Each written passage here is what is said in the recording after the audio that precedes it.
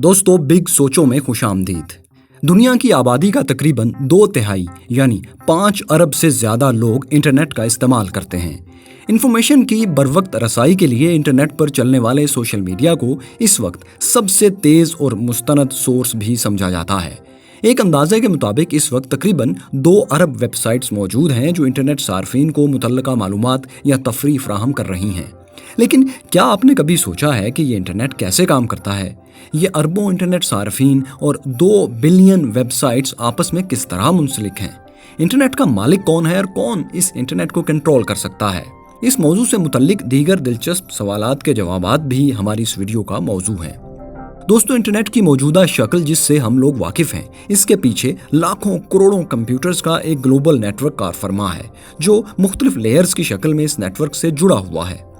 Online shopping हो या social media का इस्तेमाल, किसी भी मौजू पर मालूमात हासिल करनी हो या ऑनलाइन गेम्स खेलनी हो, इंटरनेट का इस्तेमाल दुनिया के तकरीबन हर शोबे में नजर आता है। इंटरनेट पर कोई भी कंटेंट देखने के लिए एक मखसूस वेबसाइट को विजिट करना होता है जहां पर यह कंटेंट मौजूद होता है।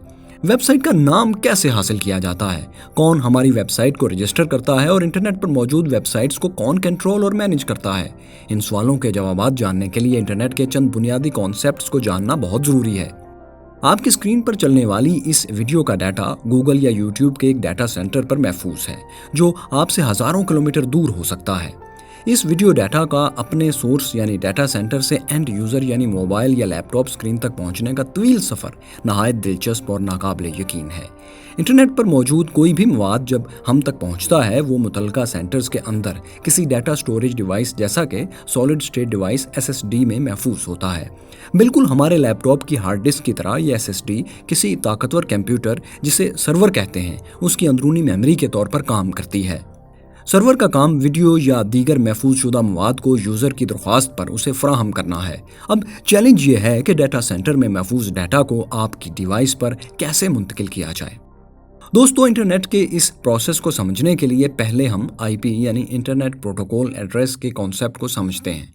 हर डिवाइस जो इंटरनेट से मुंसलिक है, चाहे वो सर्वर हो, कंप्यूटर हो या मोबाइल फ़ोन, इनफरादी तौर पर नंबरों के एक सीक्वेंस से पहचाना जाता है जिसे IP एड्रेस कहा जाता है। जिस तरह आपके घर की मुनफरिद शिनाख्त आपके घर का एड्रेस होता है और आपको जो भी ख़त भेजा जाता है वो आपके घर के पते की वजह से आप तक पहुंचता है, बिल्कुल उसी तरह इंटरनेट की दुनिया में एक IP एड्रेस शिपिंग एड्रेस के तौर पर इस्तेमाल होता है जिसके ज़रिए तमाम मालूमात अपनी मंजिल तक पहुंचती हैं। आपके मोबाइल फ़ोन या लैपटॉप को आपका internet service provider IP address assign करता है। इस तरह डाटा सेंटर में मौजूद सर्वर का भी एक IP एड्रेस होता है। सर्वर आपका अपना कंप्यूटर और लैपटॉप भी हो सकता है, लेकिन बड़ी वेबसाइट्स का डाटा महफूज करने के लिए एक अलग और ताकतवर सर्वर दरकार होता है। गूगल या यूट्यूब जैसी वेबसाइट्स के लिए तो पूरा डाटा सेंटर ही स्टोरेज के लिए वक्फ होता है। चूंकि ये सर्वर वेबसाइट को स्टोर करता है, लिहाजा आप सर्वर का IP एड्रेस जानकर ही किसी वेबसाइट तक रसाई हासिल कर सकते हैं। अब किसी एक शख्स के लिए इतने ज़्यादा IP एड्रेस याद रखना बहुत मुश्किल काम है, इसलिए इस मसले को हल करने के लिए youtube.com या facebook.com वगैरह जैसे डोमेन नेम इस्तेमाल किए जाते हैं जो IP एड्रेस से मुताबिकत रखते हैं। अब सवाल ये पैदा होता है कि इंटरनेट को हमारी डोमेन नेम के मुताबिक IP एड्रेस कहाँ से मिलते हैं। इस मकसद के लिए इंटरनेट एक बड़ी फ़ोन बुक का इस्तेमाल करता है जिसे DNS यानी डोमेन नेम सिस्टम कहा जाता है। जिस तरह आपके मोबाइल फ़ोन में किसी शख्स के नाम से उसका मोबाइल नंबर महफूज होता है, उसी तरह DNS सर्वर डोमेन नेम से मुतल्लका IP एड्रेस फराहम करता है। मुख्तसर ये कि आप अपने वेब ब्राउज़र पर डोमेन का नाम दर्ज करते हैं और ब्राउज़र मुतल्लका IP एड्रेस हासिल करने के लिए DNS सर्वर को दरख्वास्त भेज देता है। IP एड्रेस हासिल करने के बाद आपका ब्राउज़र डाटा हासिल करने की दरख्वास्त मुतल्लका डाटा सेंटर पर मौजूद सर्वर को भेजता है। एक बार जब सर्वर को किसी मखसूस वेबसाइट तक रसाई की दरख्वास्त मिल जाती है तो डाटा का बहाव शुरू हो जाता है। दोस्तों, यकीनन आपके जहन में ये सवाल आया होगा कि ये डोमेन नेम कौन असाइन करता है। एक डोमेन नेम के नाम से पूरी दुनिया में एक ही वेबसाइट होती है, लिहाजा कोई तो होगा जो इसको रजिस्टर और मैनेज करता होगा। आइए इसका जवाब जानने की कोशिश करते हैं। किसी भी वेबसाइट लिंक के 2 अहम हिस्से होते हैं, एक डोमेन नेम और एक टॉप लेवल डोमेन। मिसाल के तौर पर www.youtube.com में YouTube डोमेन नेम है और .com टॉप लेवल डोमेन है। जब आप अपनी कोई वेबसाइट तख्लीक करते हैं तो आपको इसका डोमेन नेम रजिस्टर करवाना होता है। इसी तरह वेबसाइट पर मौजूद मवाद को डाटा को महफूज करने के लिए एक वेब सर्वर भी दरकार होता है, जिसका जिक्र हम पहले ही कर चुके हैं। कुछ वेबसाइट्स ऐसी हैं जो आपकी वेबसाइट्स के डाटा को महफूज करने के लिए अपनी खिदमात पेश करती हैं। इन्हें होस्टिंग वेबसाइट्स कहा जाता है। डोमेन नेम की रजिस्ट्रेशन और पूरे डोमेन नेम सिस्टम यानी DNS की मैनेजमेंट का काम जिस इदारे के जिम्मे है वो ICANN है। ICANN यानी internet corporation of assigned names and numbers का इंटरनेट की दुनिया में बहुत अहम किरदार है। ICANN ही ये फैसला करता है कि कौन कौन सी टॉप लेवल डोमेन्स हो सकती हैं।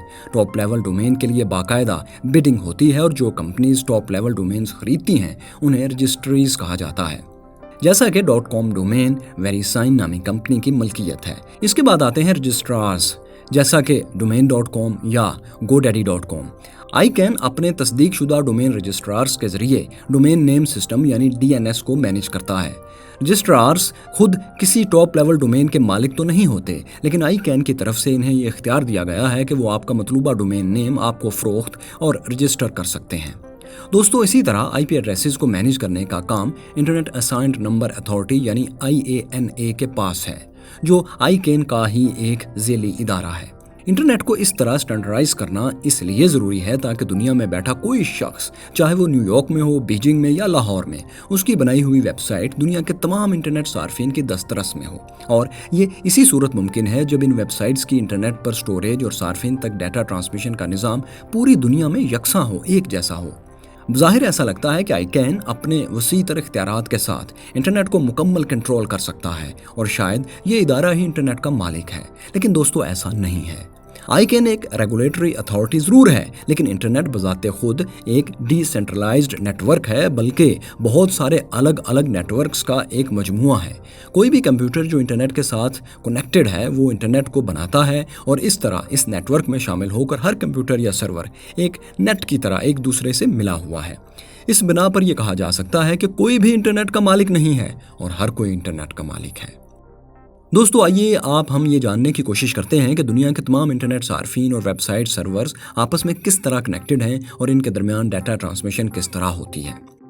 डाटा को एक जगह से दूसरी जगह तक पहुंचाने का एक आसान तरीका सैटेलाइट का इस्तेमाल भी हो सकता है। डाटा सेंटर से एक एंटीना के जरिए सैटेलाइट को एक सिग्नल भेजा जाता है और फिर सैटेलाइट से एक सिग्नल आपके मोबाइल फ़ोन पर आपके करीब मौजूद दूसरे एंटीना के जरिए पहुंच जाता है। यहाँ डाटा की तरसील का ये तरीका मुख्तलिफ वजूहात की बिना पर इतना मौजू नहीं है। सैटेलाइट दुनिया के ख़त इस्तवा यानी इक्वेटर से तकरीबन 36,000 किलोमीटर के फासले पर मौजूद है। लिहाजा डाटा ट्रांसमिशन के कामयाब होने के लिए डाटा को कुल 72,000 किलोमीटर का फासला तय करना होता है। इतनी लंबी मुसाफत सिग्नल वसूल करने में खासी ताख़ीर का बायस बनती है, जो कि ज़्यादातर इंटरनेट एप्लीकेशंस के लिए नाकाबिल कबूल है। मज़ीद ये कि मौसम की ख़राबी इस कम्युनिकेशन पर असरअंदाज होती है। इसके अलावा बैंडविड्थ की कमी और दीगर तकनीकी मसाइल भी इस तर्ज की कम्युनिकेशन की राह में रुकावट हैं। क्योंकि इंटरनेट की कम्युनिकेशन इतने बड़े स्केल पर बजरिया सैटेलाइट इतनी मौजू नहीं, इसलिए अब हम आपको ये बताते हैं कि प्रैक्टिकली ये सब दरअसल होता कैसे है। इस मकसद के लिए ऑप्टिकल फाइबर्स का एक बहुत वसी निज़ाम मौजूद है, जिसके ज़रिए डिजिटल डाटा लाइट पल्सेस की सूरत में मुंतकिल किया जाता है। दुनिया में ऑप्टिकल फाइबर्स का मुकम्मल नेटवर्क 3 मुख्तलिफ लेवल्स में तकसीम किया गया है, जिन्हें टीयर्स कहा जाता है। टीयर 1 पर ऑप्टिकल फाइबर के ज़रिए दुनिया के तमाम बर्रे आज़मों, कॉन्टिनेंट्स को और कंट्रीज़ को मिलाया गया है। इस दौरान उन्हें अक्सर दुश्वार गुजार इलाकों जैसे पहाड़ों या समंदर के नीचे से भी गुजारना पड़ता है।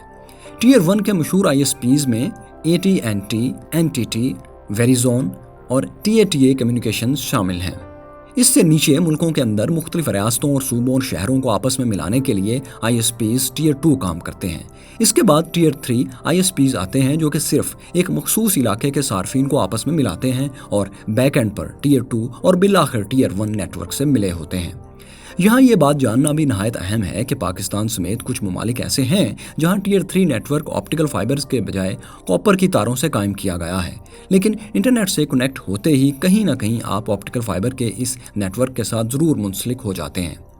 अगर आप सेलुलर यानी मोबाइल डाटा या किसी भी वायरलेस इंटरनेट डिवाइस का इस्तेमाल करते हुए इंटरनेट तक रसाई हासिल कर रहे हैं, तो ऐसे मामलात में सिग्नल या डाटा को ऑप्टिकल केबल के ज़रिए पहले मोबाइल टावर को भेजा जाता है और फिर ये डाटा इलेक्ट्रोमैग्नेटिक वेव्स की सूरत में टावर से आपके सेल फोन या इंटरनेट डिवाइस तक पहुंचता है। इसी तरह हमारे घरों में इस्तेमाल होने वाला वायरलेस राउटर भी केबल के जरिए आने वाले सिग्नल को ही आपके मोबाइल फ़ोन या लैपटॉप तक वायरलेसली ट्रांसमिट करता है। यूं दुनिया में मौजूद तमाम इंटरनेट सार्फिन ऑप्टिकल फाइबर के इस वसी नेटवर्क से किसी न किसी तरह जुड़े होते हैं और इसी नेटवर्क के जरिए एक दूसरे से कनेक्टेड होते हैं। ऑप्टिकल फाइबर्स के जरिए डाटा को पैकेट्स की सूरत में भेजा जाता है और इसके लिए मुख्तलिफ प्रोटोकॉल्स इस्तेमाल होते हैं। प्रोटोकॉल्स डाटा पैकेट के साथ सोर्स और डेस्टिनेशंस के पते को मुंसलिक करने और इनकी सिक्योरिटी के हवाले से असूल वज़ा करते हैं। इंटरनेट बिलाशुबा इंफॉर्मेशन, एंटरटेनमेंट और कम्युनिकेशन का एक जदीद ज़रिया है। आज की इस मालूमाती वीडियो में हमने इंटरनेट की टेक्नोलॉजी को समझा और ये जाना कि इस वसी नेटवर्क को बनाने और मैनेज करने में कौन कौन से मराहिल शामिल हैं। हमने ये भी देखा कि इंटरनेट के ज़रिए कोई भी कंटेंट किस तरह हम तक पहुंचता है। ये वीडियो आपको कैसी लगी, इस बारे में आपकी जो राय है हमें कमेंट्स में ज़रूर लिखिए। शुक्रिया।